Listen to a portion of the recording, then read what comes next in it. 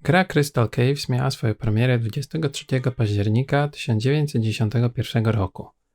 Jest oparta na tym samym silniku, co opisywany w poprzednim odcinku Secret Agent, więc siłą rzeczy obie gry są do siebie w pewnym stopniu podobne.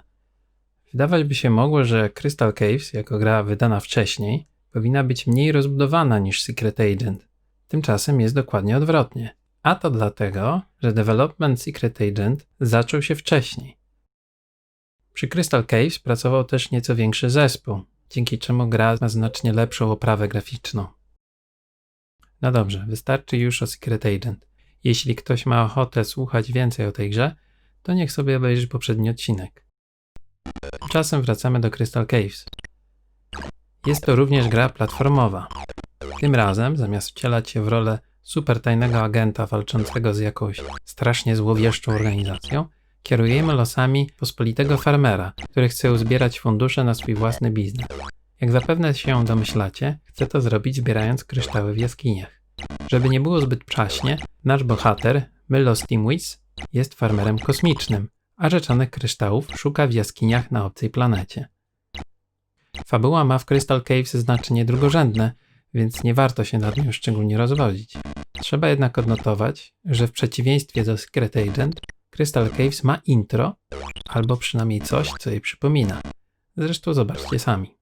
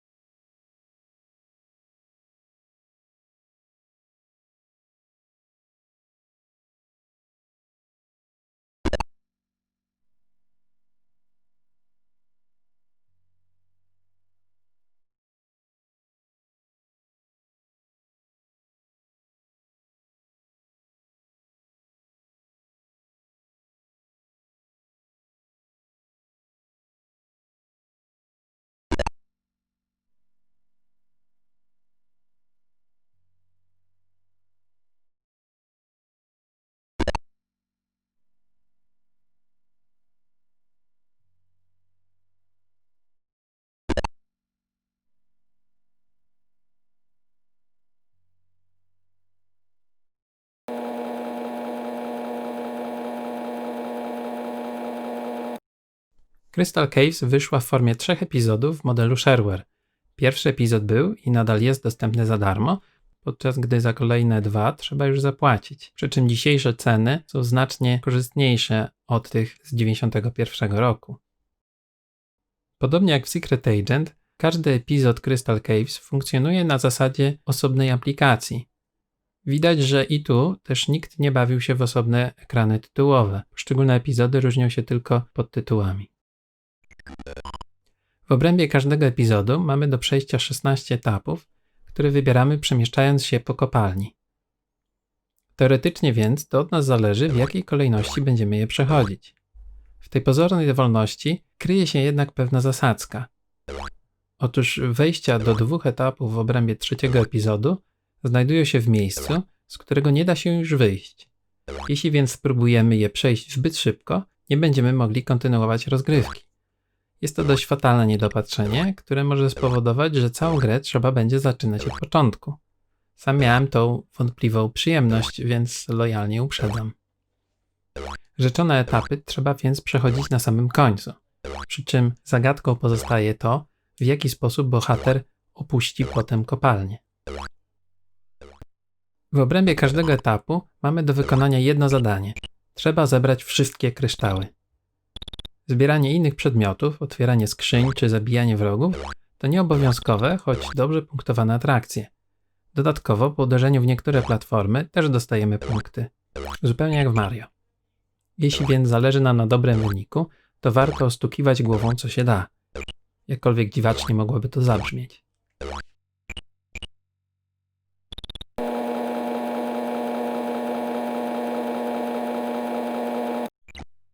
W zbieraniu drogocennych kryształów przeszkadzać nam będzie kilkanaście rodzajów przeciwników. Jest to dość ciekawy zbiór osobliwości.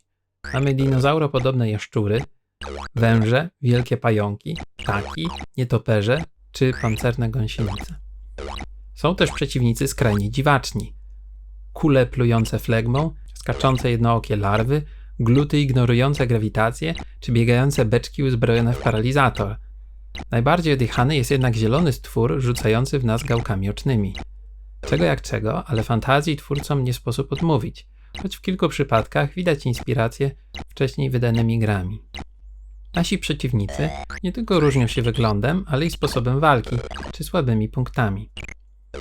Jedni strzelają, inni nas gonią, jeszcze inni są podatni na obrażenia tylko w określonych sytuacjach. Krótko mówiąc, na nudę narzekać nie można. Jakby tego było mało, to poza przeciwnikami czyha na nas szereg innych niebezpieczeństw. Ukryte kolce, spadające skrzynie, trujące grzyby, działka laserowe i tym podobne. Co ciekawe, źródłem obrażeń mogą być nawet zwłoki pokonanych wrogów. Nie bardzo rozumiem sens czegoś takiego, bo czy zastrzelony wąż stanowi dla nas jeszcze jakieś zagrożenie? No nie wiem, według mnie nie bardzo. Rozwiązanie to tylko wprowadza dodatkowe utrudnienie, bo w szeregu sytuacji unieszkodliwienie wroga w nieodpowiednim miejscu, przykładowo w jakimś niskim przejściu, może uniemożliwić nam ukończenie etapu. Jako że Crystal Caves umożliwia zapisanie stanu gry jedynie na poziomie mapy danego epizodu, nie ma mowy o nadużywaniu tej funkcji. Poszczególne etapy trzeba przechodzić jednym podejściem, od początku do końca, co w przypadku płatnych epizodów wcale nie jest takie proste. Na szczęście liczba podejść do danego etapu nie jest w żaden sposób ograniczona, także nie ma potrzeby ciągłego wczytywania stanu gry.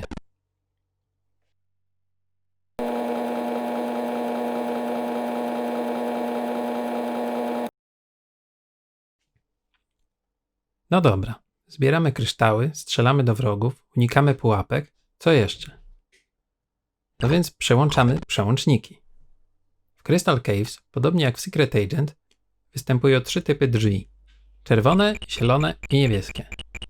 Różnica polega na tym, że zamiast zbierać klucze odpowiedniego koloru, przestawiamy dźwignie w odpowiadających im kolorach.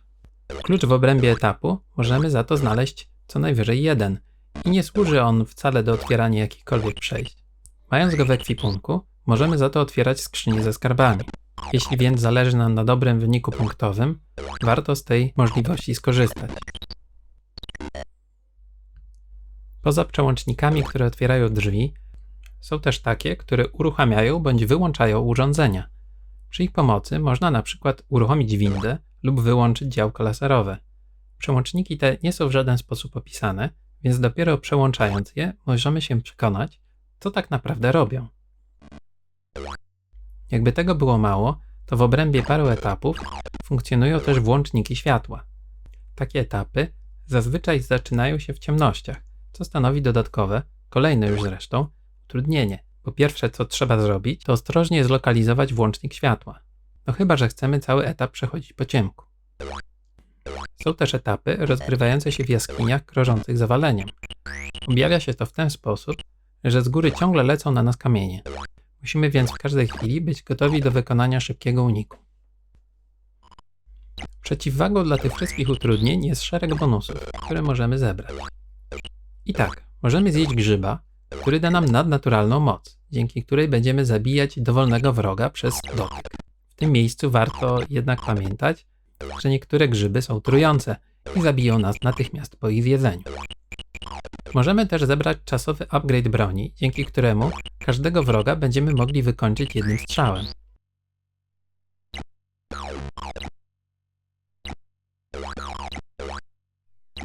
Możemy też zebrać znak stopu, który zatrzyma na chwilę czas.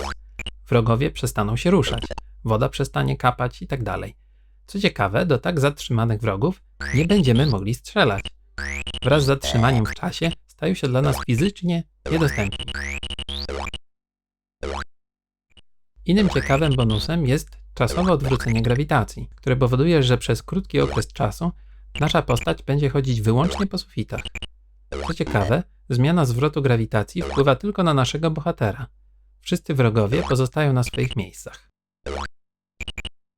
Są nawet etapy, w których grawitacja jest domyślnie odwrócona i ewentualne zebranie tego bonusu czasowo przywraca ją do normalności.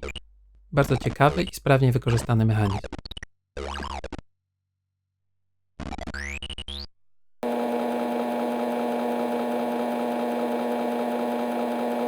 Technicznie Crystal Caves jest grą bardzo podobną do Secret Agent. Tu też każdy etap ma wymiary 640 na 400 pikseli, czyli 4 ekrany. Wszystko to w 16 kolorach podstawowej palety EGA. Projekty etapów są jednak daleko bardziej wyszukane. Często stanowią prawdziwe wyzwania logistyczne, szczególnie w płatnych epizodach. Trzeba starannie planować kolejność działań, aby na przykład nie zmarnować efektu zatrzymania czasu czy innych bonusów. Pod tym względem gra bardzo rzadko wybacza błędy. Jeśli nie zebrałeś wszystkich kryształów z sufitów w czasie, kiedy działał efekt odwróconej grawitacji, no to sorry, możesz zaczynać etap od początku. Kończenie etapu nie zajmuje wprawdzie zbyt wiele czasu, bo zazwyczaj nie więcej jak 3-4 minuty, ale niestety zdarza się, że najtrudniejsze elementy są na samym końcu, co sprawia, że w kolejnym podejściu musimy przejść go niemal w całości i to już takie fajne nie jest. Gra premiuje dobrych graczy. Kończenie etapu bez utraty życia zapewnia nam 50 000 punktów premii. Dodatkowo, zazwyczaj ilość punktów za zbieranie nieobowiązkowych przedmiotów przewyższa punkty uzyskane za zbieranie tytułowych kryształów. Najwyżej punktowane są skarby ukryte w zamkniętych skrzyniach. Aby je otworzyć, trzeba najpierw znaleźć i zebrać klucz. Ten zazwyczaj nie jest zbyt łatwo dostępny. Same skrzynie też często są trudno dostępne. Przykładowo, w jednym z etapów ostatniego epizodu skrzynie umieszczone są pomiędzy trującymi grzybami. Klucz znajduje się na samym końcu etapu, więc możemy je otworzyć dopiero na samym końcu. Aby to zrobić, musimy bezbłędnie wykonać kilkanaście skoków z rzędu, zachowując absurdalną, liczoną w pojedynczych pikselach dokładność. Najmniejszy błąd oznacza natychmiastową śmierć naszego bohatera i konieczność rozpoczęcia etapu od początku. Rozumiem, że niektórzy lubią takie rzeczy, ale jak dla mnie, to już jest jakaś forma masochizmu. Już samo ukończenie gry bez utraty życia stanowi nie lada wyzwanie dla naszej cierpliwości. A co dopiero mówić o zbieraniu wszystkich trudno dostępnych przedmiotów. No łatwo nie jest, dzięki temu jednak satysfakcja jest całkiem spora. Czy warto zagrać w Crystal Caves? Zdecydowanie tak, choć warto zawczasu uzbroić się w cierpliwość. Grę można tanio kupić w wersji cyfrowej. Co więcej, niedawno doczekała się remake'ów HD, z większą ilością kolorów, wyższą rozdzielczością, edytorem poziomów i dodatkowym epizodem. Do tej nowej wersji mam jednak nieco mieszane uczucia. Nagle okazało się, że do uruchomienia stosunkowo prostej platformówki potrzebny jest procesor Core Duo, pół giga RAMu i 200 MB miejsca na dysku. Oryginał potrzebował dokładnie 1024 razy mniej pamięci i około 100 razy mniej miejsca na dysku. Najwyraźniej takie mamy czasy. I to by było na tyle. Dziękuję za uwagę, ewentualne komentarze, łapki, dzwoneczki i inne kulturalne interakcje z Waszej strony. Jak dobrze pójdzie, to za jakiś czas będzie kolejny film.